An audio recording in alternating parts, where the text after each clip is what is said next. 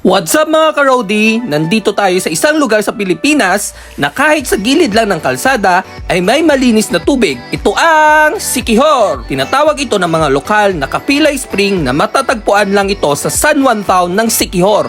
Mabibilib ka kasi sa gilid lang ito ng kalsada. O diba, ngayon mo lang din ito nakita? Napakalinaw at napakalinis ng tubig na ito. Isa din to sa mga pangunahing pinagkukunan ng mga lokal ng tubig. Dito na rin naliligo at naglalaba yung iba. Kaya pag pumunta kayo rito, huwag niyong kalimutang dumaan dito ha. O kaya magtanong kayo sa mga lokal rito kasi itong spring na to ay unnoticeable sa mga turista.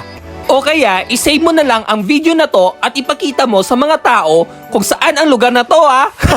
Hey guys!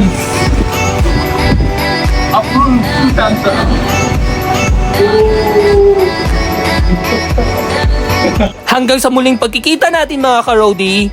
Paalam! Bye-bye!